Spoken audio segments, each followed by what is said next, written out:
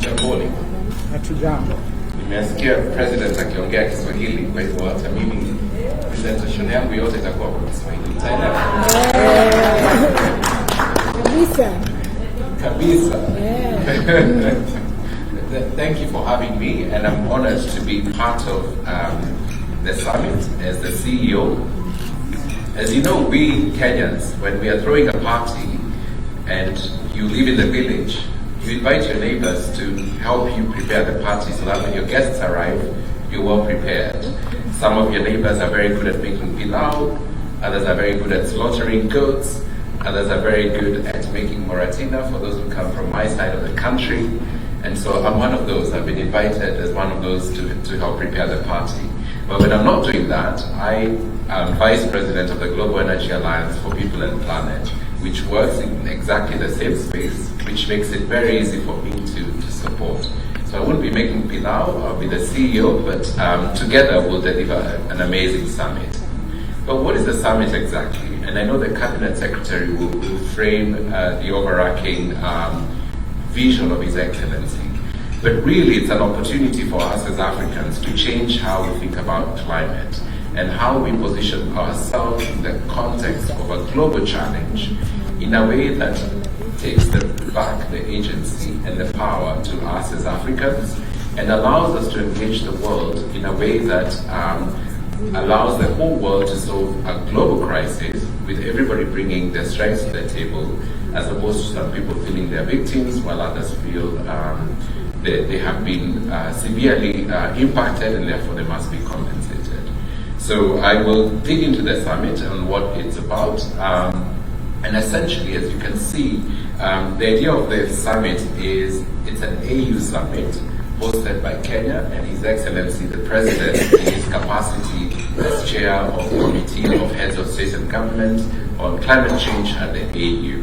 And the summit looks to two things. One is design and catalyze actions and solutions for climate change, and the second is converge on common priorities for global discussion. This is not an insular event that ends at the end of September. It's a conversation that the country and His Excellency and AU intends to take into all the climate forum as Africa engaging the world from an actual climate perspective. It will be on September 4th to the 6th, and we've invited everybody. When you listen to His Excellency and how he describes the vision, he says we're in it together. It's not about government, it's not about private sector, it's not about NGOs, it's not about media, it's all of us coming together. And so we'll be expecting quite a diverse group. And if you haven't registered, you better do so quickly because it's quite popular. So the summit is premised on 4 principles. The first is that climate action and economic development are not in conflict. We absolutely must drive economic development for our people on the continent, but equally importantly, we must address the emerging and significant challenges that are coming from climate change. The second is that low middle-income countries have a lot to contribute to the global climate agenda and need to commit to playing our part. We have resources, we have something to contribute, we must commit to contributing our part to the solution. The third is that we need to ensure that capital is optimized and spent on global basis. Climate finance must be focused on unlocking climate finance and not diluted or distracted by other priorities. And the fourth is that capital needs to be a lot more in terms of quantum.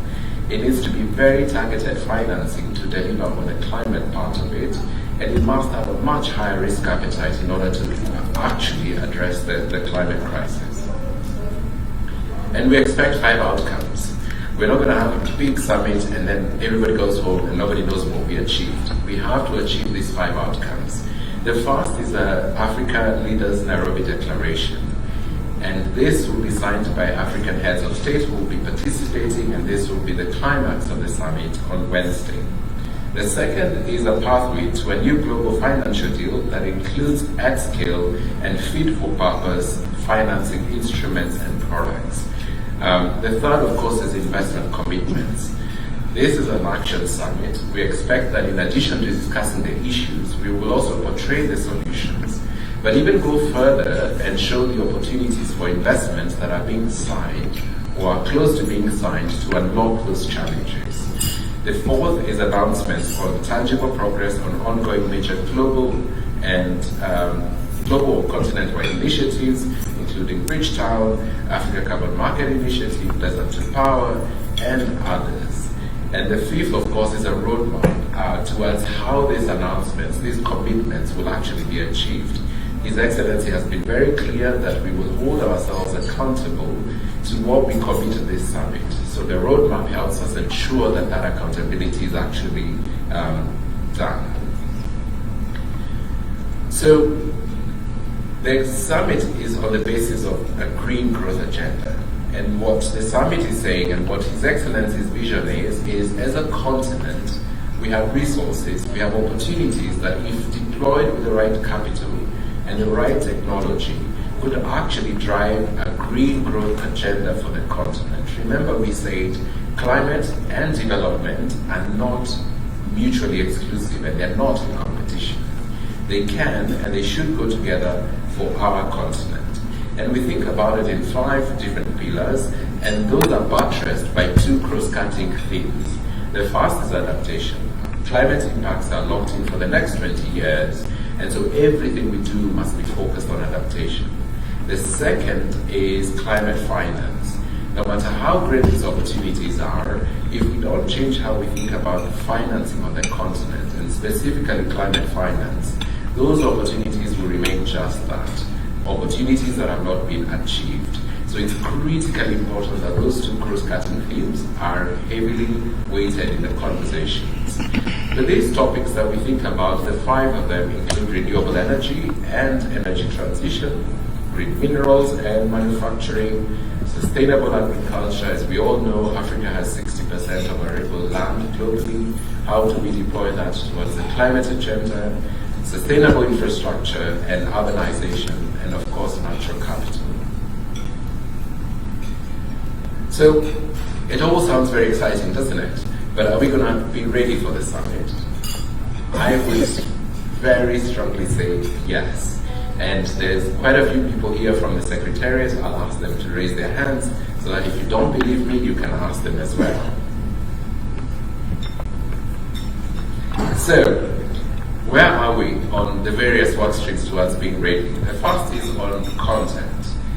So we finalized the summit agenda. As with any agenda, and as media people, you know this for a fact, it will tweak and evolve for the next couple of weeks as we learn more about who's attending and where the priorities are, but it's largely complete, and I'll be showing you in a minute. Side events have also been drafted and we've informed all the applicants, and I'll be speaking to that. The declaration has been submitted to the AU and is following the AU processes. So AU will distribute the declaration to its member states, and the member states will input back into the AU as part of the AU process. We've also, as I said earlier, intend to announce major deals, and to that end, we have deal rooms already pre-selected, boardrooms prepared, and we're looking to 15 to 20 slots available. On the logistics, I'm very excited to say that we're going to be doing this at KICC. You may have seen that KICC is under major renovation, thanks to His Excellency's commitment towards delivering a world-class summit in Kenya, and KTF has incredibly deployed a major team to get us there on time. We have over 13,000 people registered. Exhibition space, we've prepared that, and that's available for people who would like to pay for exhibition spaces. And we have invitations shared across the world, and the hotels have been selected and posted on the website. So if you have colleagues visiting from other countries, media people, you can tell them they should go ahead and book their accommodation. On communication, as you know, we have a website and social media running, communication strategies in place, we have branding guidelines, we have an excellent summit app that will support the website, and we have deployed influencer engagement as well. That's a colorful slide, and I love it. I love it because it demonstrates the interest that this summit and His Excellency's vision and narrative has generated. It tells us that his vision and the way he thinks about addressing the climate narrative is not only resonating with a few of us around the table, but on a global scale. And so you can anticipate a very engaged, interesting, and fruitful discussion at the summit. Talking of colorful, the agenda is also quite colorful because, again, when you talk about climate, it's such a diverse topic. Everybody from transport to agriculture to healthcare to energy, we all see ourselves impacted by climate. As the President mentioned, we are feeling cold now because of climate change, where August used to be a hot month. So everybody in their place, in their experience, is experiencing the climate conversation differently. And the challenge we've had, and the challenge that the government has had, is to make sure there's enough space for everybody to engage in a way that it's not just a conversation, but it's a conversation that leads to real outcomes. And the way we've structured it is, before the summit, we'll have some pre-summit events that will be held by various stakeholders, including indigenous people, including the youth, including women and others, that will be holding a pre-summit. And the expectation is that they discuss their very targeted conversations and feed their outcomes into the main summit at the launch of the summit. And so we are providing the space for those very detailed, specialized discussions and an opportunity to then engage in a very complete and holistic way into the overall summit. And on the first day of the summit, we're calling it the power of the potential, where this will be predominantly led by ministers of the continent discussing the details. We'll then transition, and if I just touch quickly on some examples to show how diverse the conversation is, we're going to be talking about everything from scaling climate finance all the way to accelerating clean cooking. They're not separate, they're not different, they're just the breadth of what the climate agenda is about. On the second day, we expect presidents to arrive, and His Excellency will launch the second day where we will have very targeted conversations, drawing from what we discussed on Monday in detail, capturing it in summary, and making sure that our heads of state across the continent understand the context, understand the outcomes, and are then able to feed into the declaration which we'll be signing on Wednesday. And of course, as with every good host, His Excellency will then be hosting an arts and entertainment event right after the declaration signing. I should also mention that, as you all know, alongside Africa Climate Summit, we will be hosting the Africa Climate Week. And so you will see opportunities where both summit and week events are co-hosted, but also opportunities where the climate week will continue into the rest of the week. We've also been very excited about the amount of side events that have been proposed. Yes, the agenda is limited, we can only cover so much, but there's a lot of interest in going into great detail on various specific topics. And so we've had over 500 applications for side events. We've worked very hard to merge the ones that are related to each other so that everybody has a chance. Because, as you know, any venue would have a limit on how many events it can hold. And so we've settled on around 196 events, and that will be available on the website, on the app, for people to choose where they would like to be most engaged. Crucial to the climate conversation is private sector. We all know that public money, philanthropy is crucial but limited. There's a significant portion of funding for any type of investment, including climate investments, it's with private sector. And so we tend to engage private sector in a very strong way, from having opportunities where they'd like to announce deals, to having deal rooms where transactions can be discussed and negotiated, to boardrooms where presidents of countries who've been attendance can speak to a few preeminent business people in their countries to see how they can accelerate closing on climate-related deals.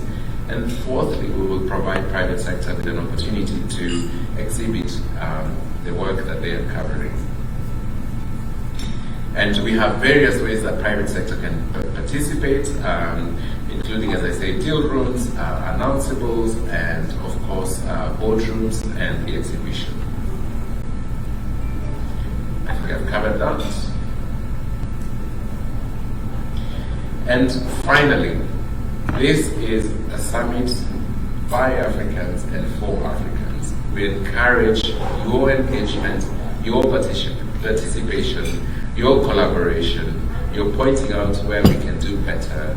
You're asking us questions. You're reminding us if we're missing something. And we provide this email address. It's not a black hole. There's somebody manning the email. So if you have questions, you want to engage in any way, please do so. Thank you.